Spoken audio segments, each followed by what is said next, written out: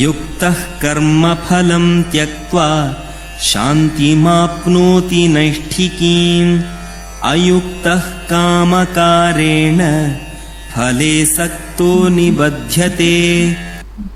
12ನೇ ಅಧ್ಯಾಯ ಶ್ಲೋಕದ ತನಕ ಮಾಡಿದ್ವಿ.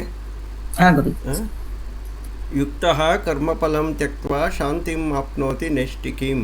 ಯಾರು ನಿಷ್ಠೆಯಿಂದ ಕರ್ಮಯೋಗವನ್ನು ಮಾಡ್ತಾ ಇರ್ತಾರೋ, ಕರ್ಮ ಫಲಗಳ ಮೇಲಿನ ಆಸೆಯನ್ನು ಬಿಟ್ಟಿರ್ತಾರೋ ಅವರಿಗೆ ಪರಮ ಶಾಂತಿ ಸಿಗುತ್ತೆ. ನಿನ್ನೆ ಹೇಳಿದಾಗೆ ಶಾಂತಿ ಅಂದರೆ ಮನಸ್ಸಿನಲ್ಲಿ ಯಾವುದೇ ಅಲೆಗಳು ಇಲ್ಲದೆ ಒಂದು ಸರೋವರದ ರೀತಿಯಲ್ಲಿ ಶಾಂತವಾಗಿರೋದೇ ಶಾಂತಿ. ಆದರೆ ಯಾರು ಈ ಕರ್ಮಯೋಗವನ್ನು ಮಾಡದೆ ಕೇವಲ ಕಾಮಕಾರೇಣ ಏನನ್ನಾದರೂ ಪಡೆಯಬೇಕು ಅನ್ನೋ ಆಸೆಯಿಂದಲೇ ಕರ್ಮಗಳನ್ನು ಮಾಡ್ತಾ ಇರ್ತಾರೆ, ಅವರು ಫಲೇ ಸಕ್ತೋ ನಿಬದ್ಧತೆ. ಫಲಗಳಲ್ಲಿ ಆಸಕ್ತಿ ಇರೋದರಿಂದ ಸಂಸಾರ ಬಂಧನದಲ್ಲಿ ಸಿಕ್ಕಾಕ್ಕೋತಾರೆ. ಇದು ಎರಡು ವ್ಯತ್ಯಾಸ. ಕರ್ಮಯೋಗಿ ಸಂಸಾರದಲ್ಲೇ ಇದ್ದರೂ ಕೂಡ ಸಂಸಾರದಿಂದ ಮುಕ್ತನಾಗಿ ಮೋಕ್ಷವನ್ನು ಹೊಂದಿದ್ರೆ, ಫಲಗಳ ಆಸೆಯಿಂದ ಮಾಡ್ತಾ ಇರ್ತಕ್ಕಂಥವರು ಸಂಸಾರದಲ್ಲೇ ಮತ್ತೆ ಮತ್ತೆ ಸಿಕ್ಕಾಕೋತಾ ಇರ್ತಾರೆ. ಇದು ವ್ಯತ್ಯಾಸ. ಈಗ 13ನೇ ಶ್ಲೋಕಕ್ಕೆ ಹೋಗೋಣ.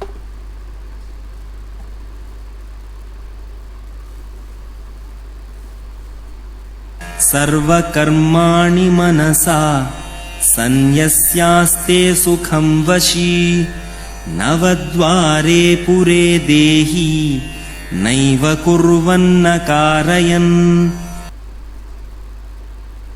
ಸರ್ವಕರ್ಮಾಣಿ ಮನಸಾ ಸನ್ಯಸ್ಯ ಅಂದರೆ ಎಲ್ಲ ಕರ್ಮಗಳನ್ನು ಮನಸ್ಸಿನಿಂದ ಸನ್ಯಾಸವನ್ನು ಮಾಡಿ, ಅಂದರೆ ಬಿಟ್ಟಿರುವವನು. ಸರ್ವಕರ್ಮಾಣಿ ಅಂದರೆ ನಿತ್ಯ ಕರ್ಮಗಳು, ನೈಮಿತ್ತಿಕ ಕರ್ಮಗಳು ಮತ್ತು ಕಾಮ್ಯ ಕರ್ಮಗಳು ಎಲ್ಲವನ್ನು ತಗೋಬೇಕು. ಇವಾಗ ನಾವು ಊಟ ಮಾಡ್ತೀವಿ, ನಿದ್ದೆ ಮಾಡ್ತೀವಿ, ನೀರು ಕುಡಿತೀವಿ, ಮಲಮೂತ್ರ ವಿಸರ್ಜನೆಗಳು, ಇವೆಲ್ಲ ನಿತ್ಯ ಕರ್ಮಗಳು. ಇದನ್ನು ಯಾರೂ ಬಿಡೋಕ್ಕಾಗಲ್ಲ. ಇದು ತನ್ನ ಪಾಡಿಗೆ ತಾನು ನಡೀತಾ ಇರುತ್ತೆ.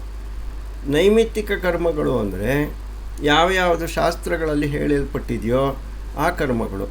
ಈಗ ಗೃಹಸ್ಥಾಶ್ರಮದ ಧರ್ಮ ಅವೆಲ್ಲವೂ ಕೂಡ ಯಾಜ್ಞವಲ್ಕ ಸ್ಮೃತಿ, ಮನುಸ್ಮೃತಿ ಇವುಗಳಲ್ಲೆಲ್ಲ ಹೇಳಿದಾರಲ್ಲ, ಅವಳು ನೈಮಿತ್ತಿಕ ಕರ್ಮಗಳು. ಮತ್ತು ಕಾಮ್ಯ ಕರ್ಮಗಳು ಅಂದರೆ ನಮ್ಮ ಆಸೆಗಳಿಂದ ನಾವು ಮಾಡ್ತಕ್ಕಂಥ ಕರ್ಮಗಳು ಕಾಮ್ಯ ಕರ್ಮಗಳು. ಹೀಗೆ ಮೂರೂ ಕರ್ಮಗಳನ್ನು ಮನಸ್ಸಿನಿಂದ ಬಿಟ್ಟುಬಿಡಬೇಕು. ಬಿಟ್ಟು ಯಾರು ಇರ್ತಾನೋ, ಬಿಟ್ಟಾಗ ಏನಾಗುತ್ತೆ, ಇಂದ್ರಿಯಗಳು ತನ್ನ ವಶದಲ್ಲಿರುತ್ತೆ. ನಾವು ಇಂದ್ರಿಯಗಳಿಗೆ ದಾಸರಾಗಿರೋದಿಲ್ಲ, ನಮ್ಮ ಹತೋಟಿಯಲ್ಲಿ ಇಂದ್ರಿಯಗಳಿರುತ್ತೆ. ಆ ರೀತಿ ಇದ್ದವನು ಸುಖದಲ್ಲಿ ನಿಲ್ಲುತ್ತಾನೆ. ಇಲ್ಲಿ ಸುಖ, ಶಾಂತಿ ಎಲ್ಲ ಒಂದೇ ರೀತಿ ಅರ್ಥ ಕೊಡುವಂಥ ಪದಗಳು. ಎಲ್ಲಿರ್ತಾನೆ, ಯಾರಿರ್ತಾನೆ ಅಂದರೆ ನವದ್ವಾರೇ ಪುರೇ ದೇಹಿ ನಯೇವ ಕುರುವನ್ನ ಕಾರಯನ್. ಇಲ್ಲಿ ಸುಖವಾಗಿರೋನು ಯಾರಪ್ಪ ಅಂದರೆ ನಾವಲ್ಲ, ನಮ್ಮ ಜೀವಾತ್ಮ. ನಾವೆಲ್ಲ ಭಗವದ್ಗೀತೆ ಕೇಳ್ತಾ ಇರುವಾಗ ನಾನು ಈ ಶರೀರ ಅನ್ನೋ ಭಾವನೆಯನ್ನು ಬಿಟ್ಬಿಡ್ಬೇಕು ಒಂದು ಅರ್ಧ ಗಂಟೆ. ನಾವೆಲ್ಲರೂ ಕೂಡ ಆತ್ಮಸ್ವರೂಪರು ಅಂತ ತಿಳ್ಕೊಂಡು ಕೂತ್ಕೊಂಡು ಭಗವದ್ಗೀತೆ ಕೇಳಿದ್ರೆ ಬೇರೆ ಥರ ಅರ್ಥ ಆಗುತ್ತೆ. ನಾನೊಬ್ಬ ಮನುಷ್ಯ, ನಾನು ಹೀಗಿದ್ದೀನಿ, ಉದ್ಗಿದ್ದೀನಿ, ಕುಳ್ಗಿದ್ದೀನಿ, ಆ ರೀತಿ ಎಲ್ಲ ಯೋಚನೆ ಮಾಡಿಕೊಂಡು ಕೂತ್ಕೊಂಡ್ರೆ ಭಗವದ್ಗೀತೆ ತಪ್ಪಾಗಿ ಅರ್ಥ ಆಗುತ್ತೆ. ಆದ್ದರಿಂದ ಯಾವಾಗಲೂ ಕೂಡ ನಾವು ಆತ್ಮಸ್ವರೂಪರು, ಜೀವಸ್ವರೂಪರು ಅಂತ ತಿಳ್ಕೊಬೇಕು. ಆದ್ದರಿಂದ ಈ ಜೀವಾತ್ಮ ಎಲ್ಲ ಕರ್ಮಗಳನ್ನು ಬಿಟ್ಟು ಸುಖವಾಗಿ ಇರ್ತಾನೆ. ಎಲ್ಲಿರ್ತಾನೆ? ನವದ್ವಾರೇ ಪುರೇ ದೇಹಿ. ಈ ಶರೀರವನ್ನು ಪುರ ಅಂತ ಕರೆದಿದೆ ಅಂದ್ಬಿಟ್ಟು ನಾವು ಮೊದಲೇ ತಿಳ್ಕೊಂಡಿದ್ದೀವಿ. ಏಕೆಂದರೆ ಎಲ್ಲ ರೀತಿಯ ಅನುಕೂಲಗಳು ಈ ಶರೀರದಲ್ಲೇ ಭಗವಂತ ಮಾಡಿಟ್ಟಿರೋದ್ರಿಂದ ಪುರ ಅಂದರೆ ಮೆಟ್ರೋಪಾಲಿಟನ್ ಸಿಟಿ, ದೊಡ್ಡ ಸಿಟಿ ಅಂತ. ಇದಕ್ಕೆ 9 ಬಾಗಿಲುಗಳಿವೆ. ನವದ್ವಾರೇ ಪುರೇ ದೇಹಿ ನ ಏವ ಕುರ್ವನ್ನ ಕಾರಯನ್.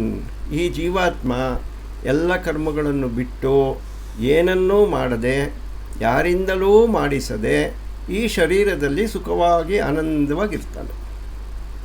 ಈ ಪುರಕ್ಕೆ ಇಲ್ಲಿ ಶ್ರೀಕೃಷ್ಣ ಹೇಳ್ತಾ ಇದ್ದಾನೆ, ನವದ್ವಾರೇ ಪುರೇ ದೇಹಿ ಅಂದರೆ ಈ ಪುರಕ್ಕೆ 9 ಬಾಗಿಲುಗಳು. ಇವಾಗ ಒಂದು ಸಿಟಿ ಕಟ್ಬಿಟ್ಟು ಕೋಟೆ ಕಟ್ಟಿ ಕೋಟೆ ಬಾಗಿಲಿಟ್ಟಿರ್ತಾರೆ. ಆ ರೀತಿ ಈ ಶರೀರಕ್ಕೆ 9 ಬಾಗಿಲುಗಳಿವೆ ಅಂತ ಹೇಳ್ತಾನೆ. ಯಾವ್ಯಾವುದು? ಒಟ್ಟು 9 ಜ್ಞಾನಕ್ಕೆ ದ್ವಾರಗಳು ಒಟ್ಟು 7. 2 ಕಣ್ಣು, ಈ ಕಣ್ಣಿನ ಮೂಲಕವಾಗಿ ಬೆಳಕು ಒಳಗೆ ಹೋಗುತ್ತೆ. 2 ಕಿವಿ, 2 ಕಿವಿಗಳ ಮೂಲಕ ಶಬ್ದ ಒಳಗಡೆ ಹೋಗುತ್ತೆ.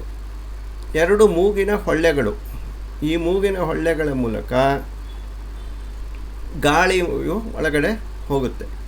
1 ಬಾಯಿ, ಇದ್ರ ಮೂಲಕ ಆಹಾರ ಒಳಗಡೆ ಹೋಗುತ್ತೆ.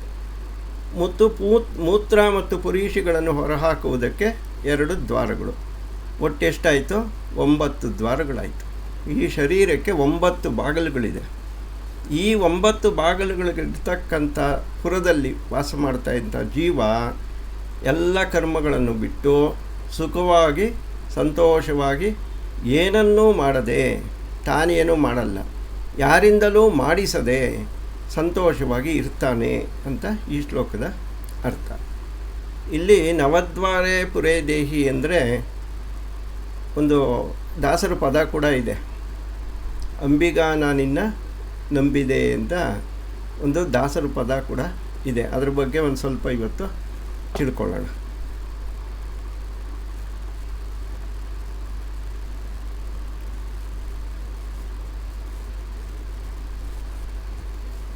ಇಲ್ಲಿ ನೋಡಿ, ಅಂಬಿಗಾ ನಾನಿನ್ನ ನಂಬಿದೆ, ಜಗದಾಂಬ ರಮಣ ನಿನ್ನ ನಂಬಿದೆ. ಇದು ಯಾರ್ದು? ಕನಕದಾಸರದೋ ಪುರಂದರದಾಸರದೋ? ಇದು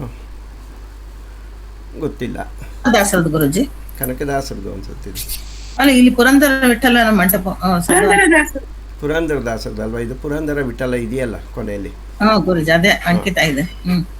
ಇದರಲ್ಲಿ ಅಂಬಿಗಾ ನಾನಿನ್ನ ನಂಬಿದೆ, ಜಗದಂಬ ರಮಣ ನಿನ್ನ ನಂಬಿದೆ, ತುಂಬಿದ ಹರಿಗೋಲ್ ಅಂಬಿಗಾ. ಇದು ತುಂಬಿದ ಹರಿಗೋಲು ಅಂದರೆ ಈ ದೇಹನ ಯಾವುದಕ್ಕೆ ಹೋಲಿಸಿದ್ದಾರೆ ಅಂದರೆ ಕಾಮ ಕ್ರೋಧಗಳಿಂದ ತುಂಬೋಗಿದೆಯಂತಿದು ಈ ದೋಣಿ.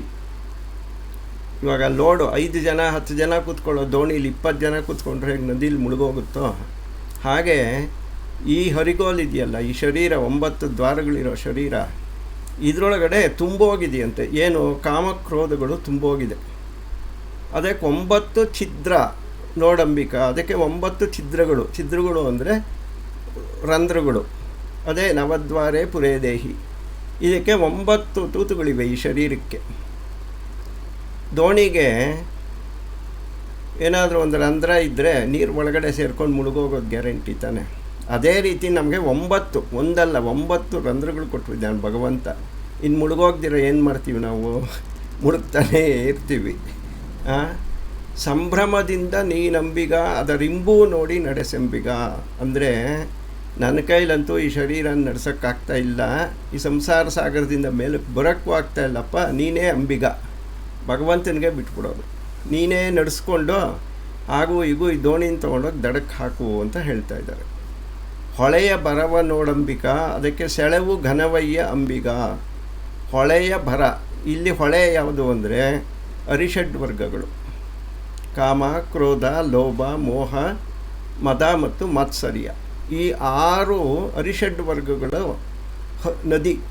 ಆ ನದಿ ಒಳಗಡೆ ಈ ದೇಹ ಇದೆ. ಅದು ಏನಾದರೂ ಸುಮ್ಮನೆ ಇದೆಯಾ? ಅದಕ್ಕೆ 9 ರಂಧ್ರಗಳು ಬೇರೆ, ಅವು ಒಳಗಡೆ ನುಗ್ತಾ ಇರುತ್ತೆ. ಕಾಮಕ್ರೋಧಗಳು ಮೋಹ ಮದ ಮಾತ್ಸರ್ಯಗಳು ಒಳಗಡೆ ನುಗ್ತಾ ಇರುತ್ತೆ.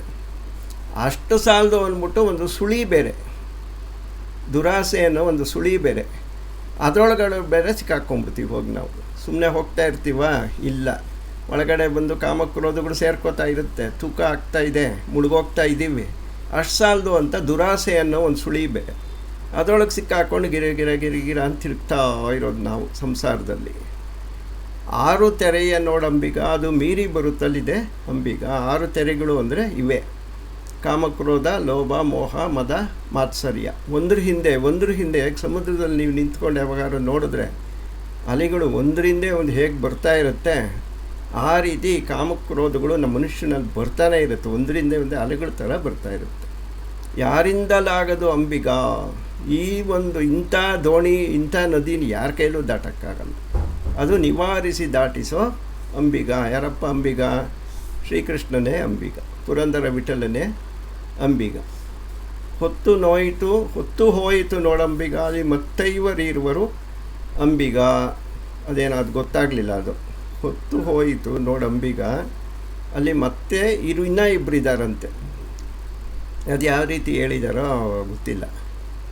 ಒತ್ತಿ ನಡೆಸಿ ನೋಡು ಅಂಬಿಕಾ ಎನ್ನ ಸತ್ಯಲೋಕಕ್ಕೆ ಒಯ್ಯೋ ಅಂಬಿಗಾ. ಹೇಗಿರೋ ದೋಣಿಲಿ ಕೂತ್ಕೊಂಡ್ಬಿಟ್ಟಿದ್ದೀನಿ. ಯಾರು? ಜೀವಾತ್ಮ.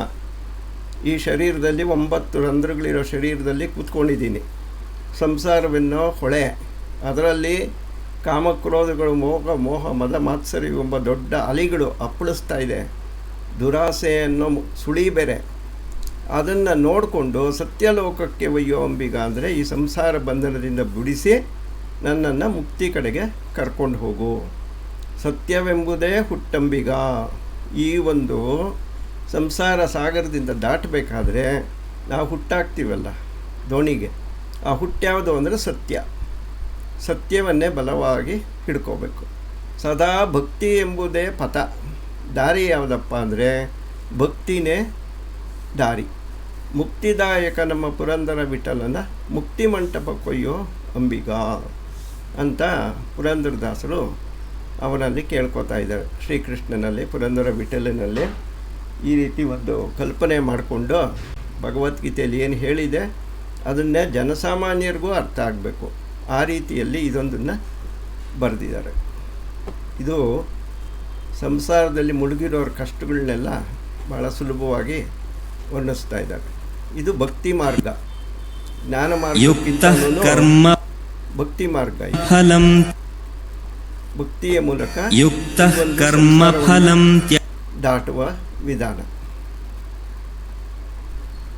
ಸರ್ವಕರ್ಮಾಣಿ ಮನಸಾ ಸನ್ಯಸ್ಯಾಸ್ತೆ ಸುಖಂ ವಶಿ ನವದ್ವಾರೆ ಪುರೇ ದೇಹಿ ನೈವ ಕುರ್ವನ್ನ ಕಾರಯನ್.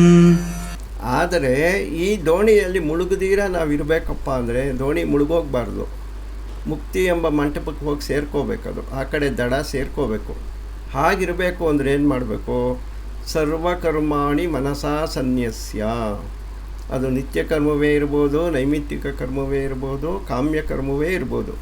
ಎಲ್ಲ ಕರ್ಮಗಳನ್ನು ಮನಸ್ಸಿನಿಂದ ತ್ಯಜಿಸಿ, ಅಂದರೆ ಕರ್ಮಯೋಗಿಯಾಗಿ ಸ್ಥಿತಪ್ರಜ್ಞನಾಗಿ ನಿಂತ್ಕೊಂಡು ತನ್ನ ಇಂದ್ರಿಯಗಳನ್ನು ವಶದಲ್ಲಿಟ್ಕೊಂಡು ಈ ದೋಣಿಯನ್ನು ಮುಳುಗದೆ ಆನಂದವಾಗಿ ಮೋಕ್ಷವೆಂಬ ಇನ್ನೊಂದು ದಡವನ್ನು ಸೇರ್ತಾನೆ.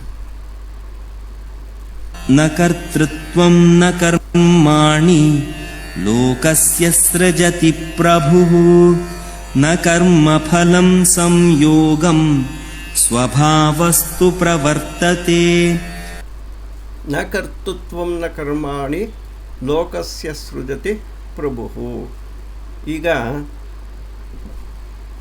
ಎಲ್ಲ ಕರ್ಮಗಳು ಕೂಡ 3 ಗುಣಗಳಿಂದ ಪ್ರಕೃತಿ ಜೈಗುಣೈ ಕರ್ಮಾಣಿ ಕ್ರಿಯಾಮಣಾನಿ ಸರ್ವಶಃ ಅಂತ ನೋಡಿದ್ದೀವಿ. ಆದ್ದರಿಂದ ನ ಕರ್ತೃತ್ವಂ, ನೀನು ಇಂಥ ಕೆಲಸವನ್ನು ಮಾಡಿ ಹೋಗು, ಭೂಲೋಕಕ್ಕೆ ಹೋಗಿ ಇಂಥ ಕೆಲಸವನ್ನು ಮಾಡು ಅಂತ ಶ್ರೀಕೃಷ್ಣ ಭಗವಂತ ನಮಗೆ ಹೇಳಿಲ್ವಂತೆ. ಶ್ರೀಕೃಷ್ಣ ಹೇಳ್ತಾ ಇದ್ದಾನೆ, ನ ಕರ್ತೃತ್ವಂ, ನೀನು ಇಂಥ ಕೆಲಸವನ್ನು ಮಾಡಿ ಇಂಥವನ ಹುಟ್ಟು, ಈ ರೀತಿ ನೀನು ಎಲ್ಲವನ್ನು ಅನುಭವಿಸು ಅಂತ ನಮಗೆ ಹೇಳಿಲ್ಲ.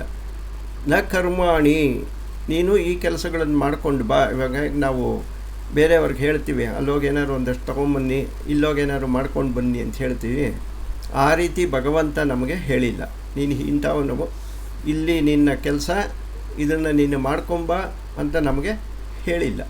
ಲೋಕಸ್ಯ ಸೃಜತಿ ಪ್ರಭು ಅಂದರೆ ಭಗವಂತನು ಈ ಜಗತ್ತನ್ನು ಸೃಷ್ಟಿ ಮಾಡುವಾಗ ಯಾರಿಗೆ ಯಾವ ಜವಾಬ್ದಾರಿಯನ್ನು ಕೊಟ್ಟಿಲ್ಲ.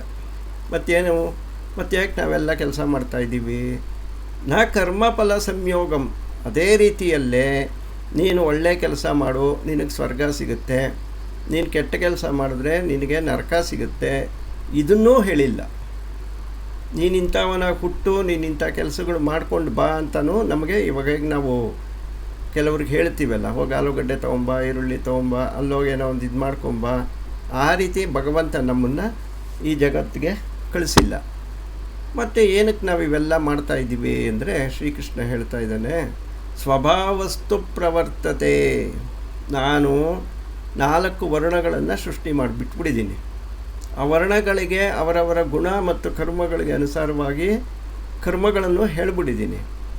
ನೀನು ಅದರಲ್ಲಿರೋದನ್ನು ಮಾಡ್ಕೋಬೇಕೆ ಹೊರತು ನಾನು ನಿನಗೆ ಏನನ್ನು ಹೇಳಲ್ಲ ಅಂತ ಹೇಳ್ತಾ ಇದ್ದೀನಿ. ಇದು ಸ್ವಲ್ಪ ಕಷ್ಟ ಅನಿಸುತ್ತೆ ಅರ್ಥ ಆಗೋದು. ಈಗ ನಾವೇನಾದರೂ ಒಳ್ಳೆ ಕೆಲಸ ಮಾಡ್ತಾಯಿದ್ರೆ ನಮ್ಮಲ್ಲಿರ್ತಕ್ಕಂಥ ಸತ್ವಗುಣವೇ ಕಾರಣ, ಭಗವಂತನ ಕಾರಣ ಅಲ್ಲ. ನಮ್ಮಲ್ಲಿ ಏನಾದ್ರು ಒಂದು ಕೆಟ್ಟ ಕೆಲಸ ಆಗ್ತಾಯಿದೆ, ಇವಾಗ ನಿನ್ನೆ ಮಾತಾಡಿದಾಗ ಎಲ್ಲೋ ಯುದ್ಧಗಳು ಮಾಡಿ ಬಾಂಬುಗಳು ಹಾಕ್ಕೋತಾ ಇದ್ದಾರೆ, ಅವರು ಮಾಡ್ತಾ ಇರೋದಲ್ಲ ಅದು. ಭಗವಂತ ನೀನು ಹೋಗು ಅದನ್ನು ಧರ್ಮ ಸಂಸ್ಥಾಪನೆ ಮಾಡು, ಅದಕ್ಕೋಸ್ಕರ ನೀನು ಯುದ್ಧ ಮಾಡು ಅಂತ ಏನಾದ್ರು ಹೇಳಿಲ್ಲ. ನಿನ್ನಲ್ಲಿರ್ತಕ್ಕಂಥ ತಮೋಗುಣವೇ ನಿನ್ನ ಕೈಲಿ ಆ ಕೆಲಸ ಮಾಡಿಸ್ತಾ ಇದೆ. ನೀನೇನಾದ್ರು ದುರಾಸೆಯಿಂದ ಯಾವುದೋ ರಾಜ್ಯನ ಗೆದ್ದುಬಿಡ್ಬೇಕು ಅಂತ ಟ್ರಂಪ್ ಏನಾದ್ರು ಯುದ್ಧ ಮಾಡ್ತಾಯಿದ್ರೆ ಅವನಲ್ಲಿರೋ ರಜೋಗುಣವೇ ಆ ಕೆಲಸ ಮಾಡ್ತಾಯಿದ್ದೀಯ ಹೊರತು ನಾನು ಯಾರಿಗೂ ನೀನು ಹೀಗೆ ಮಾಡು ಹಾಗೆ ಮಾಡು ಇಂಥ ಕೆಲಸನ ಮಾಡ್ಕೊಂಡು ಬಾ ಅಂತ ನಾನು ಕಳಿಸಿಲ್ಲ. ನಿಮ್ಮ ಸ್ವಭಾವಕ್ಕೆ ಅನುಗುಣವಾಗಿ ನೀವು ನಿಮ್ಮ ಕೆಲಸಗಳನ್ನು ಮಾಡಿಕೊಂಡು ಹೋಗ್ತಾ ಇದ್ದೀರಾ. ಅದೇ ರೀತಿಯಲ್ಲಿ ಗುಣಗಳನ್ನು ವ್ಯತ್ಯಾಸ ಮಾಡ್ಕೊಳ್ಳೋದು ಕೂಡ ನಿಮ್ಮ ಕೈಯಲ್ಲೇ ಇದೆ ಅಂತ ಶ್ರೀಕೃಷ್ಣ ಹೇಳ್ತಾ ಇದ್ದಾನೆ. ತಮೋಗುಣ ಕಮ್ಮಿ ಮಾಡ್ಕೊಳ್ಳಿ, ರಜೋಗುಣ ಜಾಸ್ತಿ ಮಾಡ್ಕೊಳ್ಳಿ. ನೆಕ್ಸ್ಟು ರಜೋಗುಣ ತಮೋಗುಣ ಎರಡೂ ಕಮ್ಮಿ ಮಾಡ್ಕೊಳ್ಳಿ, ಸತ್ವಗುಣ ಜಾಸ್ತಿ ಮಾಡ್ಕೊಳ್ಳಿ. ಕೊನೆಗೆ ಸತ್ವ ರಜಸ್ ತಮೋ ಮೂರೂ ಕಮ್ಮಿ ಮಾಡಿಕೊಂಡು ಶುದ್ಧ ಸತ್ವಕ್ಕೆ ಹೋದರೆ ನನ್ನ ಹತ್ರಕ್ಕೆ ಬಂದ್ಬಿಡ್ತೀರ ನೀವು. ಎಲ್ಲರಿಗೂ ಅವಕಾಶ ಕೊಟ್ಟಿದ್ದೀನಿ, ನಾನೇನು ಹಾಗೆ ಮಾಡು ಹೀಗೆ ಮಾಡು ಅಂತ ಹೇಳಿಲ್ಲ. ಇದು ಸಾಮಾನ್ಯ ಕಲ್ಪನೆಗಳು, ನಮ್ಮ ಸಾಮಾನ್ಯ ನಂಬಿಕೆಗಳು ಇಂದ ತುಂಬ ವಿಚಿತ್ರವಾಗಿದೆ ಇದು. ನಾವೇನು ತಿಳ್ಕೊತೀವಿ, ಎಲ್ಲ ನಮ್ಮ ಹಣೆ ಬರ ಏನು ಹೇಳಿದಾನೋ ಅದಾಗಲಿ ಆ ರೀತಿ ತಿಳ್ಕೊತೀವಿ. ಹಣೆ ಬರ ಅಲ್ಲ, ನಮ್ಮಲ್ಲಿರೋ ಗುಣಗಳು ನಮ್ಮಿಂದ ಆ ಕೆಲಸಗಳನ್ನು ಮಾಡಿಸ್ತಾ ಇದೆ. ಬಟ್ ಆ ಗುಣಗಳನ್ನು ವ್ಯತ್ಯಾಸ ಮಾಡ್ಕೊಳ್ಳೋ ಸ್ವತಂತ್ರ ಕೂಡ ಭಗವಂತ ನಮಗೆ ಕೊಟ್ಟಿದ್ದಾನೆ. ಅದು ಉಪಯೋಗಿಸ್ಕೊಂಡು ನಾವು ಆಧ್ಯಾತ್ಮ ಜೀವನದ ಕಡೆಗೆ ಬರಬೇಕಾಗುತ್ತೆ. ಆದ್ದರಿಂದ ಸ್ವಭಾವಸ್ತು ತ್ರಿಗುಣಾತ್ಮಕವಾದ ಮಾಯೆಯ ಸ್ವಭಾವದಲ್ಲಿಯೇ ಈ ರೀತಿ ಎಲ್ಲರೂ ಕೂಡ ನಡ್ಕೋತಾ ಇದ್ದಾರೆ, ನಾನೇನು ಹೇಳಿಲ್ಲ ಅಂತ ಹೇಳ್ತಾ ಇದ್ದಾರೆ. ನಾದತ್ಯೇ ಕಸ್ಯಚಿತ್ ಪಾಪಂ ನ ಚೈವ ಸುಕೃತಂ ವಿಭುಃ ಅಜ್ಞಾನೇನಾವೃತಂ ಜ್ಞಾನಂ ತೇನ ಮುಹ್ಯಂತಿ ಜಂತವಃ. ಇಲ್ಲಿ ಇನ್ನೂ ಒಂದು ಶ್ರೀಕೃಷ್ಣ ಹೇಳ್ತಾ ಇದ್ದಾನೆ, ಇದು ಎಲ್ಲರ ನಮ್ಮ ನಂಬಿಕೆಗಳು ಕೂಡ ವಿರುದ್ಧವಾಗಿರೋ ಥರ. ನ ಆದತ್ತೇ ಕಸ್ಯಚಿತ್ ಪಾಪಂ ನ ಚೈವ ಸುಕೃತಂ ವಿಭುಃ. ನೋಡಪ್ಪ ಅರ್ಜುನ, ಆ ಭಗವಂತ ಯಾರೊಬ್ಬರ ಪುಣ್ಯನೂ ತಗೊಳ್ಳಲ್ಲ, ಪಾಪನೂ ತಗೊಳ್ಳಲ್ಲ. ನೀನು ಪೂಜೆ ಮಾಡಿ ನೈವೇದ್ಯ ಇಟ್ಟರೆ ನಾವು ನೈವೇದ್ಯನೂ ತಗೊಳ್ಳಲ್ಲ. ನೀವೇನೂ ಮಾಡ್ದಿರ ನನ್ನನ್ನು ಕಾಲಲ್ಲಿ ಒದ್ರೂ ನಾನು ಕೋಪ ಮಾಡ್ಕೊಳ್ಳಲ್ಲ. ಆದ್ದರಿಂದ ನಾನು ಏನೂ ಮಾಡಲ್ಲ. ನ ಕುರ್ವನ್ನ ಕಾರಯನ್, ನನ್ನ ಪಾಡಿಗೆ ನಾನು ಇರ್ತೀನಿ. ನಿಮ್ಮನ್ನು ಗುಣಕರ್ಮಗಳ ಜೊತೆ ಗಂಟಾಕಿ ಬಿಟ್ಟಿದ್ದೀನಿ. ನೀವು ಮೇಲಕ್ಕೆ ಹೋಗ್ತಿರೋ ಕೆಳಕ್ಕೆ ಹೋಗ್ತಿರೋ ನಿಮಗೆ ಬಿಟ್ಟಿದ್ದು, ನನ್ನನ್ನು ಏನು ಬ್ಲೇಮ್ ಮಾಡಬೇಡ್ರಿ ಅಂತಲೇ ಭಗವಂತ ಹೇಳ್ತಾ ಇದ್ದಾನೆ. ನಾ ಆದತ್ತೇ ಕಸ್ಯಚಿತ್ತ ಪಾಪಂ ನ ಸೈವ ಸುಕೃತಂ ವಿಭುಃ. ಆದ್ದರಿಂದ ಇಲ್ಲಿ ಏನನ್ನೂ ಸ್ವೀಕರಿಸಲ್ಲ. ನಾನು ಅತ್ಯಂತ ದೊಡ್ಡ ಭಕ್ತ, ನನ್ನ ಭಕ್ತಿನ ಸ್ವೀಕರಿಸ್ತಾನ ಭಗವಂತ ಇಲ್ಲ ಅಂತಂದು ಶ್ರೀಕೃಷ್ಣ. ನಾನು ಅತ್ಯಂತ ಕಡು ಪಾಪಿ, ಮಾಡಬಾರ್ದೆಲ್ಲ ಮಾಡ್ತಾಯಿದ್ದೀನಿ, ನನ್ನ ಪಾಪಗಳನ್ನು ಸ್ವೀಕರಿಸ್ತಾನ ಇಲ್ಲ ಅಂತ ಹೇಳ್ತಾ ಇದ್ದಾನೆ. ಹಾಗಾದರೆ ಶಂಕರಾಚಾರ್ಯರು ಭಾಷ್ಯದಲ್ಲಿ ಡೀಟೈಲಾಗಿದೆ. ಅವ್ರು ಕೇಳ್ತಾರೆ, ಮತ್ತು ನಾವೇನಕ್ಕೆ ಪೂಜಾ ಪುನಸ್ಕಾರ ಎಲ್ಲ ಮಾಡ್ಬೇಕು? ನೀನು ಹೇಗಿದ್ರೂ ನೈವೇದ್ಯ ತಿನ್ನಲ್ಲ, ನಾವೇನು ಒಂದು ಹೂವು ಕೊಟ್ಟರು ನೀನು ತೊಗೊಳ್ಳಲ್ಲ, ಏನೂ ಮಾಡದೆ ಇದ್ಮೇಲೆ ನಾವೇನಕ್ಕೆ ಮಾಡಬೇಕು ಅಂತ ಒಂದು ಪ್ರಶ್ನೆ ಕೇಳಿದಾಗ ಶ್ರೀಕೃಷ್ಣ ಹೇಳ್ತಾನೆ, ನೀನು ಮಾಡ್ತಾ ಇದೀಯ ಅಂತ ತಿಳ್ಕೊಂಡಿರೋದೇ ತಪ್ಪಪ್ಪ. ನೀನು ಏನೂ ಮಾಡ್ತಾಯಿಲ್ಲ. ಅಜ್ಞಾನೇನ ಆವೃತಂ ಜ್ಞಾನಂ. ನಾನು ಎನ್ನುವ ಅಹಂಕಾರದಲ್ಲಿ ನೀನು ಆಗಿ ತಿಳ್ಕೊತಾ ಇದ್ದೀಯ. ನಾನು ಪರಮಭಕ್ತ, ನಾನು ನಿನ್ನ ಪೂಜೆ ಮಾಡ್ತಾಯಿದ್ದೀನಿ, ಇವತ್ತು ಒಳ್ಳೆ ರುಚಿಯಾದ ತುಪ್ಪದಲ್ಲಿ ಹಾಕಿದ ನೈವೇದ್ಯ ಕೊಡ್ತಾಯಿದ್ದೀನಿ ಅಂತೆಲ್ಲ ಯಾರು ತಿಳ್ಕೊತಾ ಇರೋದು? ನೀನು, ನಾನಲ್ಲ. ಆದ್ದರಿಂದ ನಾನು ಬಿಟ್ಬಿಡೋ, ಅಲ್ಲಿ ಏನೂ ಇರಲ್ಲ. ಆದ್ದರಿಂದ ಅಜ್ಞಾನೇನ ಆವೃತಂ ಜ್ಞಾನಂ ಅರ್ಜುನ. ನಾನು ಎನ್ನುವ ಅಹಂಕಾರದಿಂದ ಭಗವಂತನಿಂದ ನಡೀತಾ ಇದೆ ಅಂತ ನಮ್ಮ ಮನಸ್ಸಿಗೆ ಯಾವತ್ತೂ ಬರಲ್ಲ. ನನ್ನಿಂದ ಅಂತಲೇ ಬರ್ತಾ ಇರುತ್ತೆ. ಇದೇ ಸಮಸ್ಯೆ. ಯಾವಾಗ ನಾನು ಅನ್ನೋದು ಬಿಟ್ಟು ಭಗವಂತನಿಂದ ಎಲ್ಲ ನಡೀತಾ ಇದೆ ಅಂದರೆ ಅವನು ಕೊಡೋದು ಏನಿದೆ? ನಾವು ಎಲ್ಲ ಒಂದೇ. ಅದಕ್ಕೆ ಹೇಳಿದಾರಲ್ಲ, ಕೆರೆಯ ನೀರನ್ನು ಕೆರೆಗೆ ಚೆಲ್ಲಿ ವರವ ಪಡೆದವರಂತೆ ಕಾಣಿಸ್ಕೊಳ್ಳೋದಷ್ಟೇ, ನಮಗೇನು ವರ ಏನು ಸಿಗಲ್ಲ. ಯಾಕೆಂದ್ರೆ ಅವನ ನೀರು ಅವನಿಗೆ ಕೊಡೋದು. ಹಾಗೆ ಅಜ್ಞಾನೇನ ಆವೃತಂ ಜ್ಞಾನಂ ತೇನ ಮುಹ್ಯಂತಿ ಜಂತವಃ. ಮೋಹಗೊಂಡ್ಬಿಟ್ಟಿದೆ ಯಾರು? ಈ ಜೀವಾತ್ಮರುಗಳೆಲ್ಲ ಈ ಮಾಯೆಯಿಂದ ಮೋಹಿತರಾಗಿ ನಾನು ಮಾಡ್ತಾಯಿದ್ದೀನಿ, ಇದು ನನ್ನಿಂದ ನಡೀತಾ ಇದೆ, ನಾನಿಲ್ಲದೆ ಇದ್ರೆ ಏನೂ ಇರೋದೇ ಇಲ್ಲ, ಈ ರೀತಿ ಎಲ್ಲ ಭಾವಿಸ್ಕೋತಾ ಇದ್ದಾರೆ. ನೀನು ಕೊಡ್ತಾನೂ ಇಲ್ಲ, ನಾನು ತಗೋತಾನೂ ಇಲ್ಲ. ಇದು ಪಾರಮಾರ್ಥಿಕ ಸತ್ಯ. ಇವೆಲ್ಲ ಯಾವಾಗ ಅರ್ಥ ಆಗುತ್ತೆ? ಸ್ವಲ್ಪ ಆತ್ಮಜ್ಞಾನ ಹುಟ್ಟಬೇಕು. ಹುಟ್ಟಿದ ಮೇಲೆ ಈ ಶ್ಲೋಕಗಳೆಲ್ಲ ನಿಮ್ಗೆ ತಿರ್ಗಾ ಇನ್ನೊಂದು ಸರಿ ಓದಿದ್ರೆ ಇನ್ನೂ ಚೆನ್ನಾಗಿ ಅರ್ಥ ಆಗುತ್ತೆ. ಜ್ಞಾನೇನ ತು ತದಜ್ಞಾನಂ ಯೇಷಾಂ ನಾಶಿತಮಾತ್ಮನಃ ತೇಷಾಮಾದಿತ್ಯವಜ್ಞಾನಂ ಪ್ರಕಾಶಯತಿ ತತ್ಪರಂ. ಜ್ಞಾನೇನು ತೂ ತಜ್ಞಾನಂ. ಯಾವ ಜ್ಞಾನವನ್ನು ಅಜ್ಞಾನವು ಆವರಿಸಿಕೊಂಡಿದೆಯೋ, ಇಲ್ಲಿ ಜ್ಞಾನ ಅಂದರೆ ಎಲ್ಲವೂ ಪರಬ್ರಹ್ಮ ವಸ್ತು, ಎಲ್ಲವೂ ಅವನಿಂದಾನೇ ನಡೀತಾ ಇದೆ ಅಂತ ತಿಳ್ಕೊಳ್ಳೋದೇ ಜ್ಞಾನ. ಎಲ್ಲವೂ ನನ್ನಿಂದಾನೇ ನಡೀತಾ ಇದೆ, ಎಲ್ಲದೂ ನನ್ನದು ಅಂತ ತಿಳ್ಕೊಳ್ಳೋದೇ ಅಜ್ಞಾನ. ಸೊ ಜ್ಞಾನೇನತು ತತ್ಜ್ಞಾನಂ, ಯಾವುದು ಪರಬ್ರಹ್ಮವೇ ಎಲ್ಲವೂ ಅನ್ನುವ ಜ್ಞಾನವನ್ನು ನಾನು ಎನ್ನುವ ಅಹಂಕಾರ ಆಕ್ರಮಿಸ್ಕೊಂಬಿಟ್ಟಿದೆ. ಅಂತಹ ಅಜ್ಞಾನವು ಆತ್ಮಜ್ಞಾನದಿಂದ ನಾಶ ಆಗುತ್ತೆ. ಸೊ ನಾನು ಅನ್ನುವ ಅಹಂಕಾರ ಯಾವುದರಿಂದ ನಾಶ ಆಗುತ್ತೆ? ಆತ್ಮಜ್ಞಾನದಿಂದ ನಾಶ ಆಗುತ್ತೆ. ಸೊ ನಾವೆಲ್ಲ ಆಧ್ಯಾತ್ಮದಲ್ಲಿ ಮುಂದಕ್ಕೆ ಹೋಗ್ತಾ ಇರೋದ್ರ ಒಂದೇ ಉದ್ದೇಶ, ಆ ನಾನು ಅನ್ನೋದು ಹೋಗಬೇಕು. ಅದು ಹೋಗಲಿ ಅನ್ನೋ, ಅದಿರೋ ತನಕನೂ ನಾನಾ ರೀತಿ ಪ್ರಶ್ನೆಗಳು, ನಾನಾ ರೀತಿ ಉತ್ತರಗಳು, ನಾನಾ ರೀತಿ ಕಷ್ಟಗಳು, ಸಂಶಯಗಳು ಬರ್ತಾನೆ ಇರುತ್ತೆ. ಆದ್ದರಿಂದ ಅಂತಹ ಅಜ್ಞಾನ ಆತ್ಮಜ್ಞಾನದಿಂದ ನಾಶ ಆಗುತ್ತೆ. ಯಾರಿಗೆ ಹಾಗೆ ನಾಶವಾಗಿದೆಯೋ ಅವರಿಗೆ ತೇಷಾಂ ಆದಿತ್ಯವತ್ ಅಜ್ಞಾನಂ ಪ್ರಕಾಶಯತಿ. ಈಗ ಸೂರ್ಯನು ಹೇಗೆ ಕತ್ತಲೆಗಳನ್ನೆಲ್ಲ ಕಳೀತಾನೆ, ಇವಾಗ ಎಷ್ಟೊಂದು ರಾತ್ರಿ ಹೊತ್ತು ಏನೂ ಕಾಣಿಸಲ್ಲ, ಆದರೆ ಎಲ್ಲ ವಸ್ತುಗಳು ಇರುತ್ತೆ, ನಮಗೇನೂ ಕಾಣಿಸ್ತಾ ಇರಲ್ಲ. ಬೆಳಗ್ಗೆ ಸೂರ್ಯನು ಹುಟ್ಟಿದ ತಕ್ಷಣ, ಕತ್ತಲು ಹೋದ ತಕ್ಷಣ ಎಲ್ಲ ವಸ್ತುಗಳು ಕಾಣಿಸುತ್ತೆ. ಹಾಗೆ ಪರಬ್ರಹ್ಮ ವಸ್ತು ಆತ್ಮ ನಮ್ಮ ಹೃದಯದಲ್ಲೇ ಇದ್ದರೂ ಕೂಡ ಅಜ್ಞಾನದಿಂದಾಗಿ ನಮಗೇನು ಕಾಣಿಸ್ತಾ ಇಲ್ಲ. ಯಾವಾಗ ಜ್ಞಾನವೆಂಬ ಸೂರ್ಯನು ಹುಟ್ಟುತ್ತಾನೆ, ಆಗ ನಮ್ಮಲ್ಲೇ ಇರುವಂತಹ ಪರಬ್ರಹ್ಮ ವಸ್ತು ನಮಗೆ ಕಾಣಿಸುತ್ತೆ. ಈ ಹೆಚ್ಚಿನ ಪರಮಾರ್ಥ ವಸ್ತುವನ್ನು ಜ್ಞಾನವು ತೋರಿಸಿಕೊಡುವುದು. ಸೊ ಇದರಿಂದ ಜ್ಞಾನ ಅಂದರೆ ಇಲ್ಲಿ ಪ್ರಕಾಶ, ಬೆಳಕದು. ಆ ಬೆಳಕು ಹುಟ್ಟಿದಾಗ ಅಜ್ಞಾನ ನಾಶ ಆಗುತ್ತೆ. ಹೇಗೆ ಕತ್ಲಲ್ಲಿ ನಮಗೇನೂ ಕಾಣಿಸ್ತಿರಲ್ಲ, ಇವಾಗ ಟೇಬಲ್ಲು, ಮೇಜು, ಬಿಲ್ಡಿಂಗು, ಮರ, ಗಿಡ ಎಲ್ಲ ಇರುತ್ತೆ, ಕತ್ಲಲ್ಲಿ ಏನೂ ಕಾಣಿಸಲ್ಲ. ಹಾಗಾದ್ರೆ ಅವು ಇಲ್ಲ ಅಂತಲ್ಲ, ಅವು ಇರುತ್ತವೆ, ನಮಗೆ ಕಾಣಿಸ್ತಾ ಇರಲ್ಲ. ಸೂರ್ಯ ಹುಟ್ಟಿದಾಗ, ಬೆಳಕು ಬಂದಾಗ ಎಲ್ಲ ಕಾಣಿಸುತ್ತೆ. ಹಾಗೆಯೇ ಈ ಜ್ಞಾನ ಅನ್ನುವ ಸೂರ್ಯ ಹುಟ್ಟಿದಾಗ ಆ ಪರಬ್ರಹ್ಮ ವಸ್ತು ನಮ್ಮ ಹೃದಯದಲ್ಲಿದೆಯಲ್ಲ, ಅದು ನಮಗೆ ಕಾಣಿಸುತ್ತೆ. ಇದು ವಿಷಯ. ತದ್ಬುದ್ಧಯಸ್ತದಾತ್ಮಾನಃ ತನ್ನಿಷ್ಠಾಸ್ತತ್ಪರಾಯಣಾಃ ಗಚ್ಚನ್ತ್ಯಃ ಪುನರಾವೃತ್ತಿಂ ಜ್ಞಾನನಿರ್ಧೂತಕಲ್ಮಷಾಃ. ಈ ರೀತಿಯಲ್ಲಿ ಕರ್ಮಯೋಗವನ್ನು ಯಾರು ಪ್ರತಿದಿನ ಪ್ರಾಕ್ಟೀಸ್ ಮಾಡ್ತಾ ಇರ್ತಾರೆ, ಸಾಧನೆ ಮಾಡ್ತಾ ಇರ್ತಾರೆ, ಅವರು ಯೋಗಿಗಳು ಅಂತ ತಿಳ್ಕೊಂಡಿದ್ದೀವಿ. ಈ ಯೋಗಿಗಳಿಗೆ ಪುನರ್ಜನ್ಮವಿಲ್ಲದ ಮೋಕ್ಷವು ಈ ಜನ್ಮದಲ್ಲಿಯೇ, ಈ ಶರೀರದಲ್ಲಿ ನಾವಿರುವಾಗಲೇ ಇದೇ ಸಂಸಾರದಲ್ಲಿಯೇ ಸಿಗುತ್ತೆ. ಆ ಯೋಗಿಗಳು ಹೇಗಿರ್ತಾರಪ್ಪ ಅಂದರೆ ತದ್ಬುದ್ಧಯ, ಅವರ ಬುದ್ಧಿ ಸದಾಕಾಲ ಪರಬ್ರಹ್ಮ ವಸ್ತುವಿನಲ್ಲಿರುತ್ತೆ. ಈ ಲೌಕಿಕ ವಿಚಾರಗಳನ್ನು ಅವರು ಯೋಚಿಸೋದಕ್ಕೆ ಹೋಗಲ್ಲ. ಅವರ ಮನಸ್ಸು ಸದಾಕಾಲ ಪರಬ್ರಹ್ಮ ವಸ್ತುವಿನಲ್ಲಿರುತ್ತೆ. ತದ್ ಆತ್ಮಾನಃ, ಅವರ ಆತ್ಮವು ಪರಬ್ರಹ್ಮ ವಸ್ತುವಲ್ಲೇ ಇರುತ್ತೆ. ಅವರ ಬುದ್ಧಿಯೂ ಪರಬ್ರಹ್ಮನಲ್ಲೇ ಇರುತ್ತೆ, ಅವರ ಆತ್ಮವೂ ಪರಬ್ರಹ್ಮನಲ್ಲೇ ಇರುತ್ತೆ. ಮತ್ತು ತನ್ನಿಷ್ಠಾಹ, ಅವರು ಮಾಡುವ ಎಲ್ಲ ಕರ್ಮ ಫಲಗಳನ್ನು ಪರಬ್ರಹ್ಮದಲ್ಲೇ ಕೊಟ್ಬಿಡ್ತಾರೆ. ಅಂದರೆ ತನಗೋಸ್ಕರ ಅಂತ ಅವೇನು ಮಾಡಿಕೊಳ್ಳಲ್ಲ, ಸದಾಕಾಲವೂ ಕೂಡ ಬ್ರಹ್ಮಜ್ಞಾನದಲ್ಲಿಯೇ ಇರ್ತಾರೆ. ಈ ರೀತಿಯಾಗಿ ಇರುವ ಕರ್ಮಯೋಗಿಗಳಿಗೆ ಸಂಸಾರಕ್ಕೆ ಕಾರಣವಾದ ಪಾಪಗಳು ಯಾವ್ಯಾವುದಿದೆ, ಸಂಚಿತ, ಆಗಾಮಿ, ಪ್ರಾರಬ್ಧ, ಎಲ್ಲವೂ ಸುಟ್ಟು ಬೂದಿಯಾಗುವುದು. ಆ ರೀತಿ ಇರುವ ಮನುಷ್ಯರನ್ನು ಯತಿಗಳು, ಯೋಗಿಗಳು ಅಂತ ಕರೀತಾರೆ.